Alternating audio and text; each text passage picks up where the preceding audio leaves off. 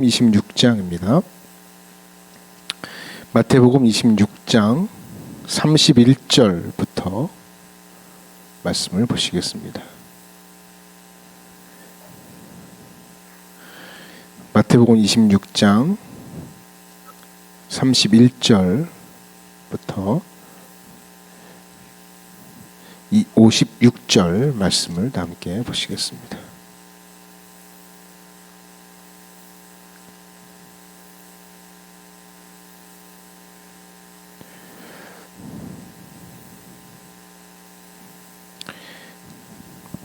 그때 예수께서 제자들에게 이르시되 오늘 밤에 너희가 다 나를 버리리라 기록된 바 내가 목자를 치리니 양의 떼가 흩어지리라 하였느니라. 베드로가 대답하여 이르되 모두 주를 버릴지라도 나는 결코 버리지 않겠나이다.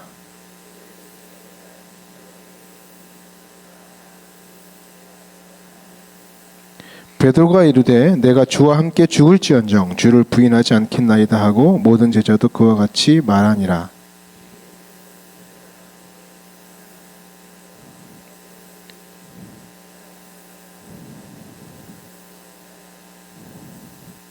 베드로와 세베대의 두 아들을 데리고 가실새 고민하고 슬퍼하사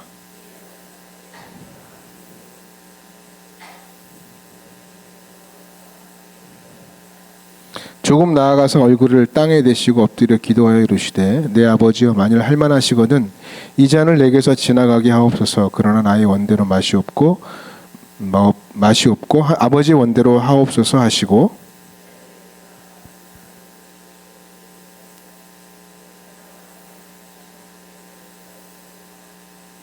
시험에 들지 않게 깨어 기도하라. 마음에는 원이로되 육신이 약하도다 하시고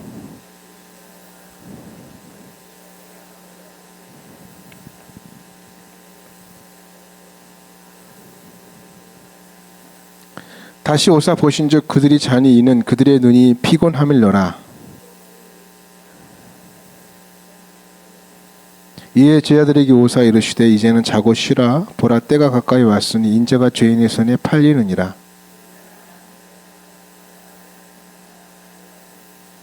말씀하실 때에 12 중에 하나인 유다가 왔는데 대제사장들과 백성의 장로들에게 파송된 큰 무리가 칼과 몽치를 가지고 그와 함께 하였더라.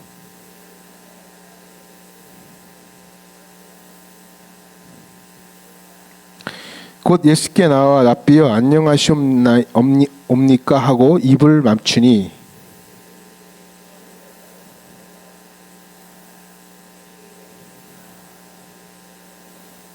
예수와 함께 있던 자 중에 하나가 손을 펴 칼을 빼어 대제사장의 종을 쳐 그 귀를 떨어뜨리니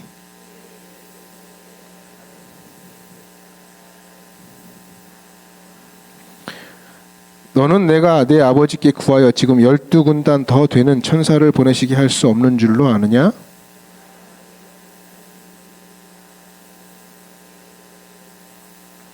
그때 예수께서 무리에게 말씀하시되 너희가 강도를 잡는 것 같이 칼과 몽치를 가지고 나를 잡으러 나왔느냐? 내가 날마다 성전에 앉아 가르쳤으되 너희가 나를 잡지 아니하였도다.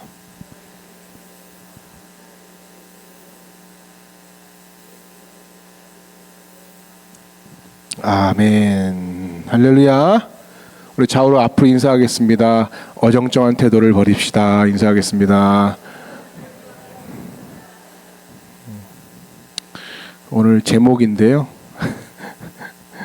갑자기 자리를 고쳐 앉으시는 분이 있네요. 어정쩡하게 앉았었나 봐요. 오늘 제목 어정쩡함을 깨라라는 제목으로 말씀을 같이 나누도록 하겠습니다.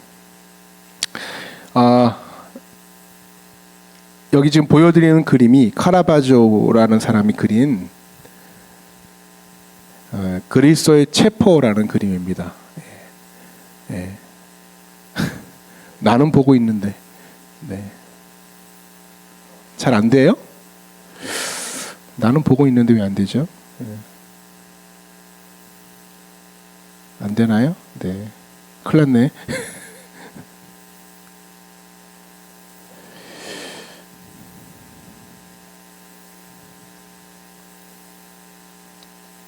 안 되면 그냥 가겠습니다.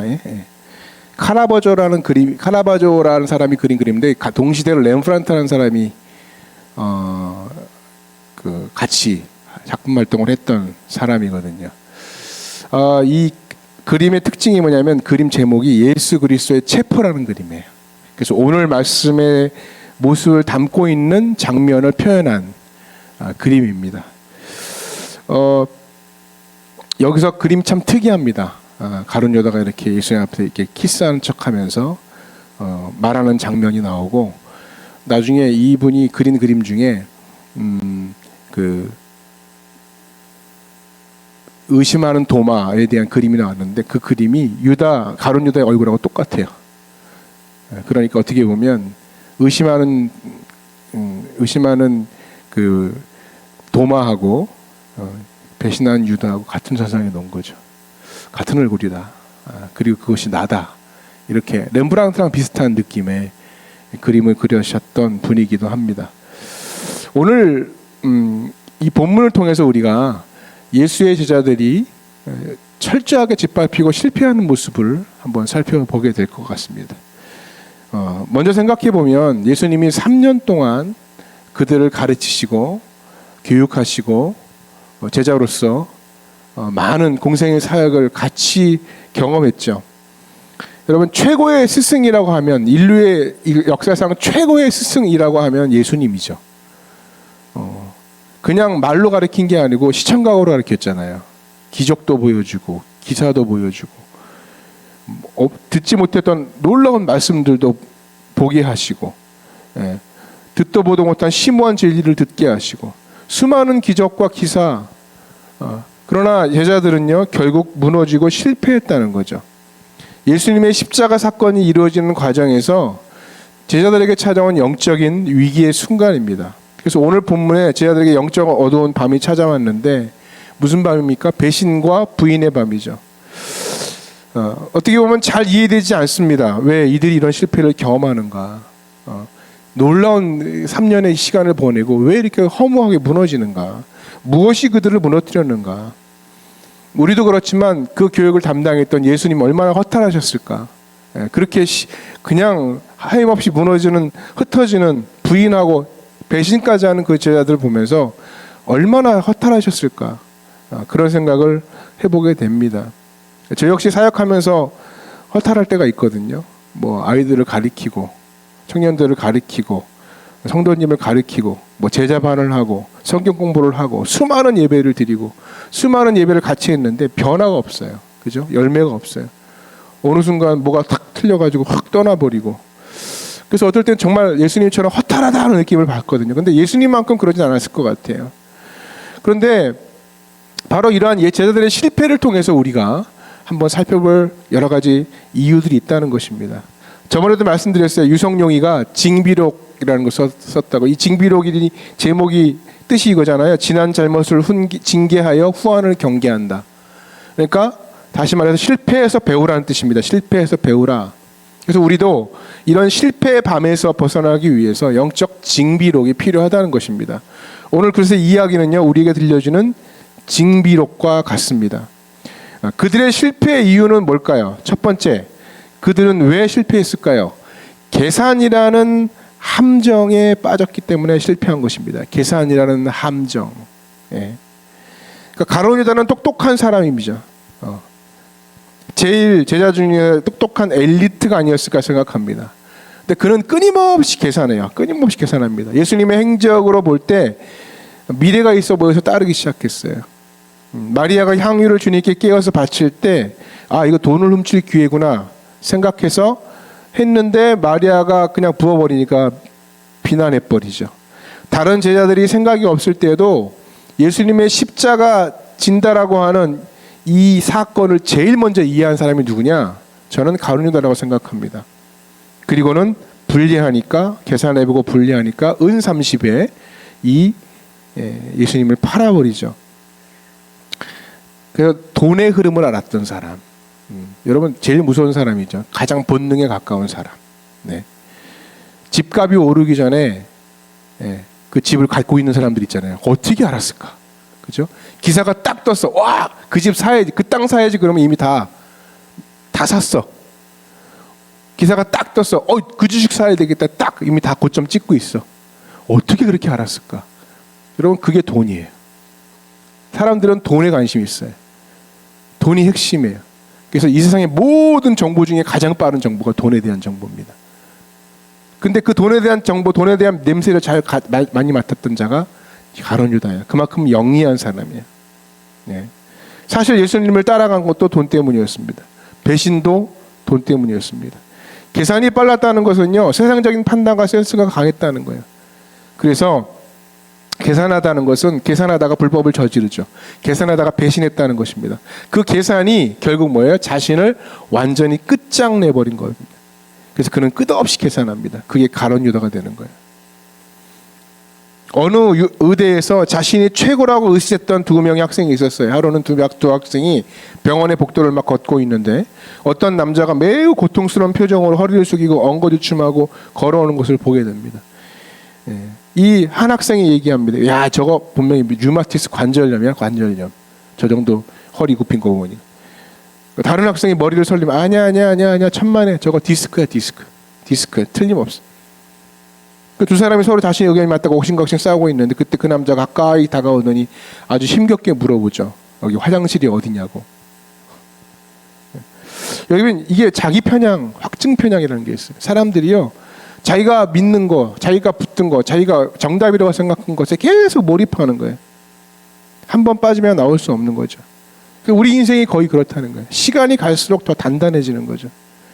여러분, 사람의 경험이나 지식의 계산은요, 한계가 있습니다. 그러므로 우리는 늘 뭐 해야 되냐? 겸손해야 된다는 거예요. 하나님을 의지해야 됩니다. 나의 틀에 하나님을 가두지 마시길 바랍니다. 나의 경험에 하나님을 가두지 마십시오. 나의 지식에 하나님을 가두어두면 안 된다는 거예요. 그래서 하나님께서 우리를 이끄시는 방법 중에 하나가 이해가 안 될 때 하시는 방법이, 하나님 이끄시는 방식은 명령하는 거예요. 명령. 아브라함에게 명령하시잖아요. 본토 친척 아비 집을 떠나 내가 내게 지시할 땅으로 가라. 이거는 이해시키고 가는 문제가 아니에요. 네가 갈 땅이 어디고 어떻게 가고, 이거 이해시키지 않아요. 창세기 하나님께서 태초에 하나님이 천지를 창조하시니라 그렇게 선포해 버리잖아요. 그거를 어떻게 어떤 과학적인 논거와 어떤 의미와 어떤 질서를 가지고 그게 됐다라고 설명하지 않아요. 설명해도 이해가 안 돼요. 그거는 이해할 수가 없는 너무나 대단한 집. 최근에 유튜브 봤는데요, 어느 과학자들이 나와서 서로 이렇게 얘기하는데 과학적으로 아직도 난제인 것들이 많대요. 그 중에 하나가 뭔지 아세요, 여러분? 어이없게도 얼음에서 사람이 왜 미끄러지는가래요. 그거 아세요? 얼음에서 왜 사람이 미끄러운가? 근데 과학적으로 못 푼대요, 그거. 아직도 못 풀었대요. 이해가 안 되더라고. 그러니까 사람이라는 게 그래요. 과학자도 못 푸는 거 천지창조를 어떻게 풀어? 근데 하나님은 그거를 이해시키려지 않고 선포하는 거예요. 우린 뭐야? 믿고 따라가는 거. 계산이 어떨 땐 좋지만요, 계산이 우리를 더 인생을 복잡하게 만들 수 있다는 거예요. 그래서 여러분, 하나님은 명령하세요. 그러면 명령하시는 거 우리는 어떻게 한다고요? 듣고 순종하는 거예요. 그래서 계산 없이 순종했더니 좋은 길인 것을 나중에 깨닫는 거예요. 이해되는 계산보다 이해 안 되는 말씀이 더 확실한 결과를 가져온 거죠. 여러분, 그래서 이해 안 돼도 말씀의 길을 가시는 여러분 되시기를 축복합니다. 그래서 일단 말씀을 듣는 거예요. 그 말씀을 그 머리에 안 담기면요, 어디에 담아야 돼요? 가슴에 담으세요. 머리에 안 담기면 어디에 담으라고요? 가슴에 담으세요. 가슴에 담고 밀고 가요. 그러면 나중에 여기 있던 말씀이 이 길로 와요. 이해가 돼요. 하나님 이해시켜줘요. 그게 아브라함의 삶이에요. 예. 그들은요, 계산했어요. 가룟 유다는 계산했어요. 계산하다 망했어요. 심지어 계산하다가 자기가 돌아올 타이밍도 놓쳐버렸어요. 계산하면 망합니다. 계산하지 말라는 얘기가 아니에요. 하나님보다 계산이 앞서면 안 된다는 말입니다. 두 번째는 실패 이유가 뭘까요? 칼의 함정이에요. 칼의 함정. 오늘 본문을 통해 볼 수 있는 것들이 칼의 함정. 강도 잡듯이 칼과 뭉치를 들고 예수님을 잡으러 옵니다. 그래서 오늘 본문의 베드로의 태도를 봅시다. 51절 말씀에 보면 이런 말씀이 있어요. 함께 읽어 시작. 예수와 함께 있던 자 중에 하나가 손을 펴 칼을 빼어 대제사장의 종을 쳐 그 길을 떨었더니, 베드로가 한 행동이 뭐예요? 칼로 대항하죠. 칼과 칼 싸움인 거죠. 힘과 힘이 충돌해요. 이길 수 있습니까? 이건 백전백패입니다. 우리의 싸움은 혈과 육이 아니기 때문에. 칼은 세상이 훨씬 강합니다. 세상의 방식으로 이길 수가 없어요. 그래서 베드로는 그런데 홀로 칼 들고 막 설치는 거예요. 두려움 속에 막 도망쳐버려요. 그러다 안 되니까. 그는 자신의 폭력과 힘을 가지고 뜻을 이루지 못해요. 이 힘이, 이 칼이 상징하는 게 뭐예요? 억지로 자기 뜻을 관철하는 거예요. 내 의지로 해보겠다는 거예요. 내 실력으로 해보겠다는 거예요. 베드로는 확신했습니다. 베드로야, 네가 나를 부인할 거야. 그러나 그는 자신감 있게 대답해요. 그럴 일 없습니다, 하나님, 예수님. 오늘 33절에요. 말씀 읽어볼까요? 33절 시작. 베드로가 대답하여 이르되 모두 주를 버릴지라도 나는 결코 버리지 않겠나이다. 같은 본문에 같은 사건을 누가복음 22장 33절 이렇게 기록해요. 시작. 그가 말하되 주여 내가 주와 함께 오게도 죽는 데에도 가기를 각오하였나이다. 뭐 했다고요? 각오. 우리 막 각오 많이 하잖아요. 그죠? 각오 많이 하지 않습니까? 각오했대요. 오게도 가고 죽는 데까지 가는 것 아니라 자기 손에서 가장 가까운 칼을 잡잖아요. 지금. 이게 본능이죠. 그러니까 사람들은 칼로, 돈으로, 권력으로, 인기로 무엇인가의 강한 이미지를 가지고 뜻을 이루려고 해요. 그러나 예수님 뭐라고 하세요? 칼을 가진 자는 칼로 망한다. 52절에서 53절 말씀 보니까 같이 한번 읽어봅시다. 시작. 이에 예수께서 이르시되 내 칼을 도로 칼집에 꽂으라. 칼을 가진 자는 다 칼로 망하느니라.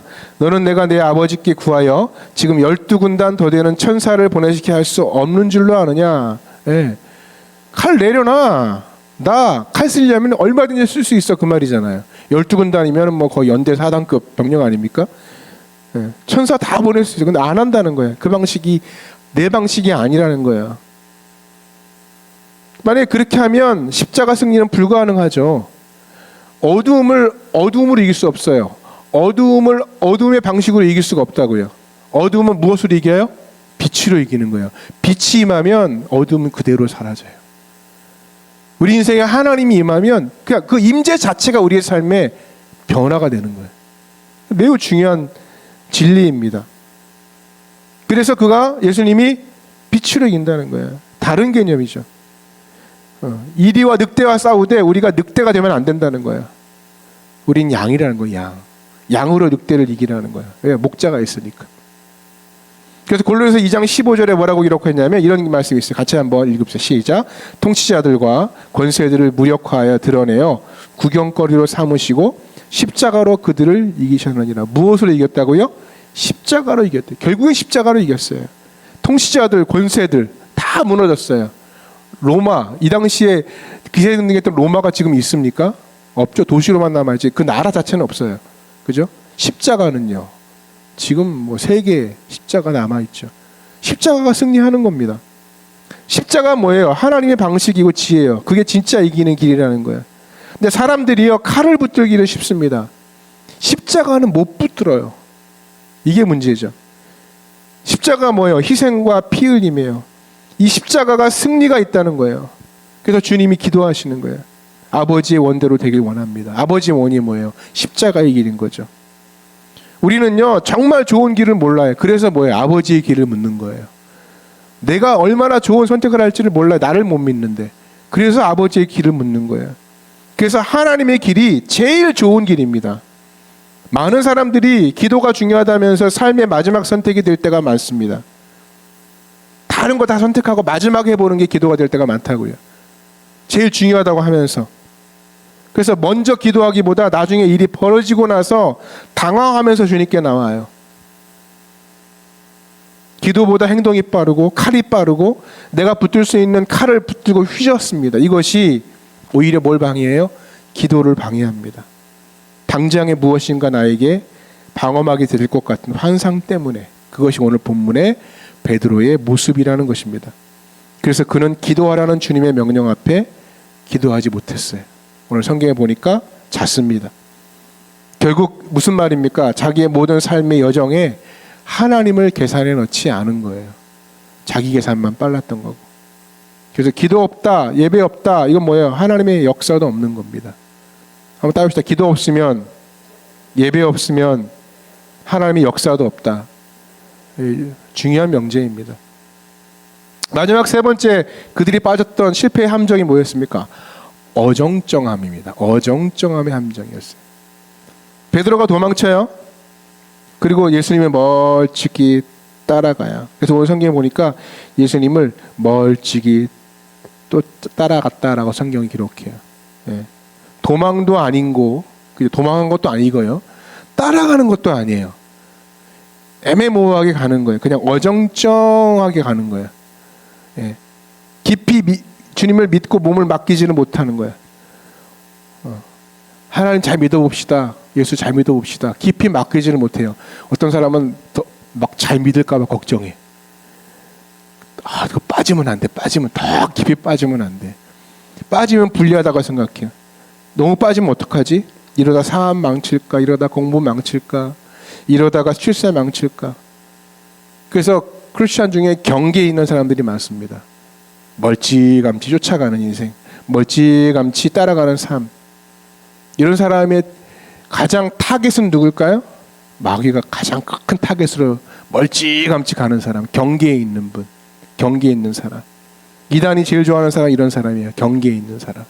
그죠? 이것도 아니고 저것도 아닌 애매모호한. 오늘 베드로에게 멀찌감치 따라가는 베드로에게 여자가 묻잖아요. 종이. 너 예수 믿는 사람이지? 너 예수의 한 동료지? 한마디에 부인하고 저주가 이루어지죠. 69절 말씀 볼까요? 69절 70절 말씀 보겠습니다. 69절 70절 시작. 베드로가 바깥들에 앉았더니 한 여종이 나와 이르되 너도 갈릴리 사람 예수와 함께 있었다 하거늘 베드로가 모든 사람 앞에서 부인하여 이르되 나는 내가 무슨 말을 하는지 알지 못하겠노라 하며 부인했어요. 첫 번째 부인. 그리고 두 번째 부인하고 세 번째 우리 74절 시작. 그가 저주하며 맹세하여 이르되 나는 그 사람을 알지 못하노라 하니 곧 닭이 울더라. 이에 베드로가 예수의 말씀에 닭 울기 전에 네가 세 번 나를 부인하리라 하심이 생각나서 밖에 나가서 심히 통곡하니라. 닭이 울자 세 번째 부인하고 난 다음에 예수님의 말씀이 기억났어요. 그래서 베드로의 스마트폰에는요 배달 앱이 없어요. 치킨 배달 앱이. 치킨 싫어합니다. 예수님의 말이 생각이 났다. 저는 이게 되게 중요하다고 생각해요. 이게 돌이킬 수 있는 근거가 됐다고 생각해요. 와, 예수님 말씀이 맞았구나. 근데 가룟 유다는 예수님의 말씀이 생각났다는 구절이 없어요. 여러분 남북전쟁 당시에 안 죽으려고요 계산하면서 어정쩡한 태도를 보인 사람이 있었대요. 그래서 바지는 남북전쟁이니까 남군 바지를 입고요 상의는 북군 군복을 입었대요. 그럼 누굴 만나도 사는 거니까 어떻게 됐을까요? 북군은 다리를 쏘았고요 남군은 가슴을 쏘았어. 두 발 맞고 죽었대요. 네. 변칙 패션은 개죽음입니다. 네.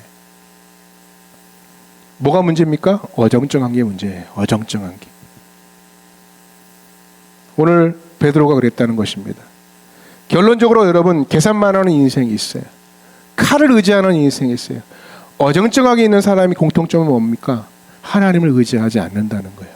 기도하지 않는다는 것입니다. 오늘 본문에 기도할 때 베드로는 잠들었습니다. 힘이 약해졌습니다. 결국 눈물과 수치를 당하게 됩니다. 호언장담으로 못 이기는 거예요. 기도로 이기고 기도하면 하나님이 도우십니다. 하나님이 힘 주십니다. 그래서 기도하면 뭐가 부어져요? 하나님의 기름 부으심이 부어져요. 하나님의 성령이 부어져요. 그래서 내 의지가 아니라 하나님의 의지대로 살게 되는 것입니다. 양다리 신앙을 벗어나는 길, 회색 신앙을 벗어나는 길은 하나님 앞에 엎드리는 길뿐입니다. 어정쩡한 것은 100% 실패로 이끈다는 것입니다. 그래서 불신보다 무서운 것은 기도 없는 어정쩡한 신앙이에요. 요즘에 사도행전 강해를 이제 여러분 듣고 계시죠? 새벽마다. 교회에 놀라운 일들이 벌어지지 않습니까? 놀라운 부흥이 시작됐어요. 그런데 주님이 부활하시고 어정쩡한 오합지졸을 다 모아놓고 시킨 것이 뭐예요? 약속하신 성령을 기다리라. 그래서 기도하기 시작했어요. 그때부터 그들이 관심이 집중되기 시작했어요. 에너지가 집중되기 시작했어요. 이제는 그들에게 선택의 여지가 없어요. 태도가 뭐예요? 어정쩡하지 않은 거예요. 이제는 한 길만 가겠다는 거예요.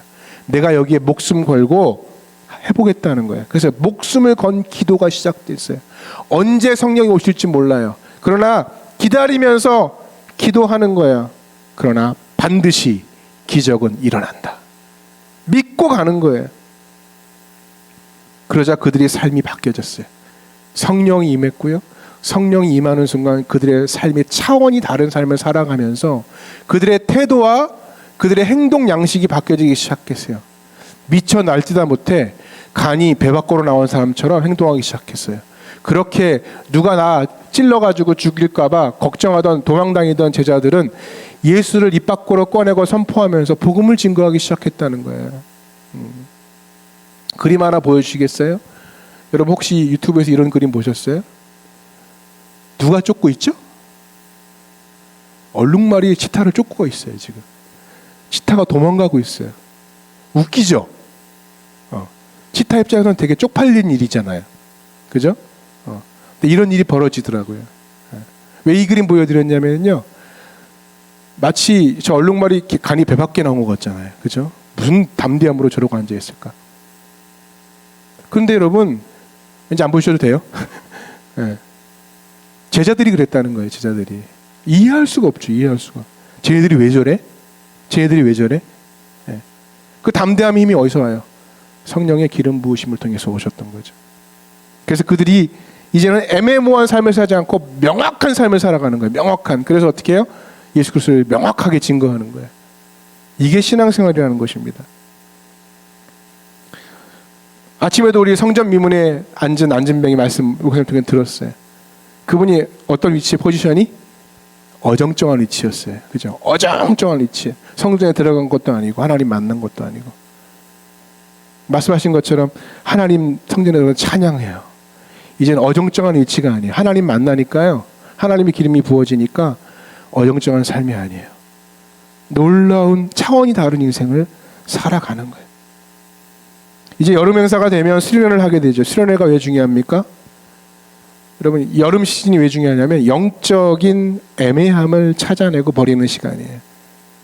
내 삶에 애매한 것들이 있어요. 어정쩡한 것들이 있어요. 그걸 찾아내고 버리는 거예요. 기독성지 순례로 이제 가고 청년들도 가고요. 중고등부도 가는데 가면은 그분들의 삶이 어때요? 어정쩡하지가 않아요.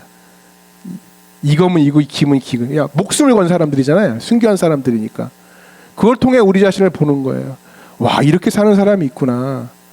거기서 불을 받는 겁니다. 믿음의 사람들. 예. 제가 갔던 강경 그 교회는 아이들이 신사참배를 거부했어요. 아이들이 어정쩡한 게 아니에요. 그냥 안 해. 신사참배 안 해. 하나님 말씀에 위배돼. 거기부터 시작해서 그 강경 쪽에서 운동이 일어나기 시작했어요. 신사참배 거부 운동이. 그게 전국적으로 퍼졌대요. 기념비가 쫙 있는데 멋있더라고요. 근데 그게 뭐 애매함이 아니에요. 어정쩡함이 아니에요. 분명한 선이 있어요. 왜? 그들의 인생 가운데 하나님이 기름 부으시는 삶이 있었기 때문에. 그래서 오늘 이 말씀을 격려하면서 우리는 이렇게 생각해 봅니다. 계산하지 말고 말씀 붙드시길 바랍니다. 칼이 아니라 십자가의 방식으로 사시길 바랍니다. 그리고 여러분의 삶의 포지션이 어정쩡하다면 그것을 내려놓고 하나님 앞에 집중하여 기도하는 여러분 되셨으면 좋겠습니다. 신앙의 애매함을 던져버리시기를 부탁을 드립니다. 그렇다면 실패의 어두운 밤을 뚫고 밝은 빛이 비추는 영적 새벽을 맞이하게 될 줄 믿습니다. 말씀 기억하고 함께 찬양할 텐데요. 우리 철야 때 불렀던 찬양인데 이 찬양 부르면서 하나님의 음성을 저는 참 마음속에 들려드리는 것 같은 느낌을 받았습니다. 너 연약하지만 너 포기하지 마. 너 연약하지만 내가 계속 열심히 있게 끌고 갈 거야. 네가 하는 거 헛되지 않아. 네가 존재함으로 내가 힘이 된다. 포기하지 마라. 이해되지 않아도 나 따라오렴. 나와 함께 가자. 그 고백입니다. 오늘 하나 이 고백 드리고 기도하도록 하겠습니다.